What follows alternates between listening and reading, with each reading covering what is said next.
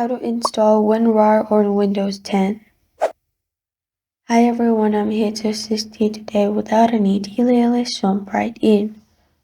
First, open Google on your device. Then, Google search Winrar and click on Winrar Download Free in Support. In here, you'll find this kind of screen. On the right side, click on Download Winrar. After you've clicked on it, you'll find this kind of screen. Scroll down and click on Download Winrar again.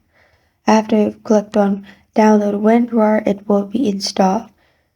After it's installed, it will open this page.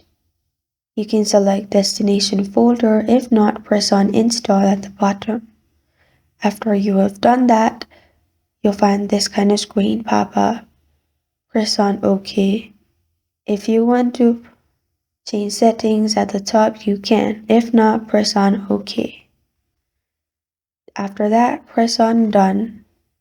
As you can see, it has been installed. Then you can simply open Winrar and you're good to go. This is how to install Winrar on Windows 11. Thank you for joining me today. If this video helps you out, please leave a like and subscribe for more. Got a question or want to suggest a topic? Comment below. Thank you for watching.